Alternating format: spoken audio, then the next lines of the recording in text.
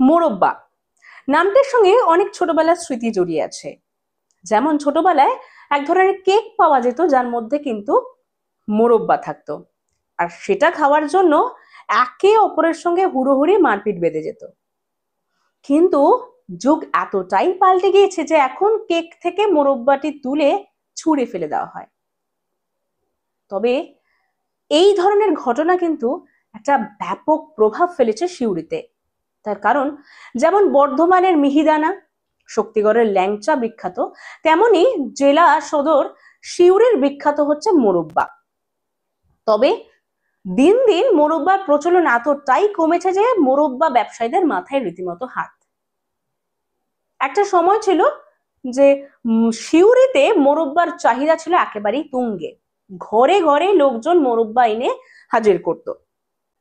কিন্তু বর্তমানে লাইফস্টাইল মানচিত্রটাকে একেবারেই পাল্টে ফেলেছে। এখন মোরব্বার দোকানে একদমই ভিড় নেই। কারণ হিসেবে অবশ্য বলা হচ্ছে যে যেহেতু আজকালকার দিনে বাড়ি বাড়ি সুগার রোগীতে ভরে যাচ্ছে, তাই সুগারের কারণেই লোকজন আর মোরব্বার দিকে ফিরে তাকাচ্ছেন না। তার কারণ মোরব্বা বিভিন্ন ফল বা সবজি দিয়ে তৈরি হলেও একেবারেই চিনির রসে ডোবানো থাকে, তাই চিনির রসে ডোবানো করকরে মিষ্টির মোরব্বা এখন মানুষ মুখে তুলতে ভয় পাচ্ছে রীতিমতো। তবে জানেন কি, সিউড়ির এই মোরব্বার সঙ্গে জড়িয়ে আছে ইতিহাসের কথা। রাজনগরের রাজাদের এক পূর্বপুরুষ আগ্রায় গিয়ে পেঁপের মোরব্বার প্রেমে পড়েছিলেন। তারপর সিউড়িতে ফেরত এসে প্রত্যেক ময়রাকে অনুরোধ করেছিলেন মোরব্বা বানানোর জন্য। রাজার অনুরোধে কিন্তু প্রথম মোরব্বা তৈরি শুরু হয় সিউড়িতে। পেঁপে, কুমড়ো, শতমূল দিয়ে শুরু করে আস্তে আস্তে বেল, চেরি, বর্তমানে আম, আনারস, নানা ধরনের ফলের মোরব্বা হয়। এমনকি পটল, গাজর সবজিকেও ছাড়া হয়নি মোরব্বা বানানোতে।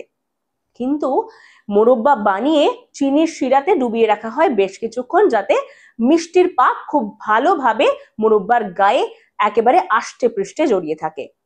আর এটাই ভয় ধরাচ্ছে প্রত্যেকটি মানুষকে। বর্তমানে সুগার, ডায়াবেটিক্স এই ধরনের রোগ থেকে শুরু করে কোলেস্টেরল, ওয়েট বেড়ে যাওয়া এই ধরনের রোগ কিন্তু ঘরে ঘরেই দেখা যাচ্ছে, যার ফলে সিউড়ির এই বিখ্যাত মিষ্টি কিন্তু এখন সিউড়ির বাসিন্দাদের এই আতঙ্কের বিষয় হয়ে দাঁড়াচ্ছে।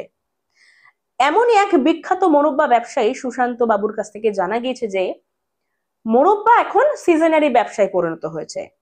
শুধুমাত্র পৌষ মেলা ছাড়া আর অন্যান্য সময় কিন্তু মোরব্বার বিক্রি একেবারেই হয় না বললে চলে। এই বিষয়ে জিজ্ঞাসাবাদ করতে গিয়ে শহরের এক বাসিন্দা সমর্পণ ভট্টাচার্যের কাছ থেকে জানা গিয়েছে যে মোরব্বা এত কড়া পাকে তৈরি করা হয় যে শুধুমাত্র বাচ্চারা নয়, বড়রাও কিন্তু মোরব্বা থেকে নিজেদেরকে দূরে সরিয়ে রাখতেই পছন্দ করছেন বর্তমানে। তাই ধীরে ধীরে সিউড়ির ইতিহাস থেকে হারিয়ে যাচ্ছে মোরব্বা। বোধহয় আর কয়েকটি প্রজন্ম পর ইতিহাসের পাতাতেই লেখা থাকবে সিউড়ির বিখ্যাত মিষ্টি মোরব্বার নাম। এরকম আরো অনেক তথ্য জানতে গেলে অবশ্যই সঙ্গে থাকতে হবে বীরভূম রার বাংলার।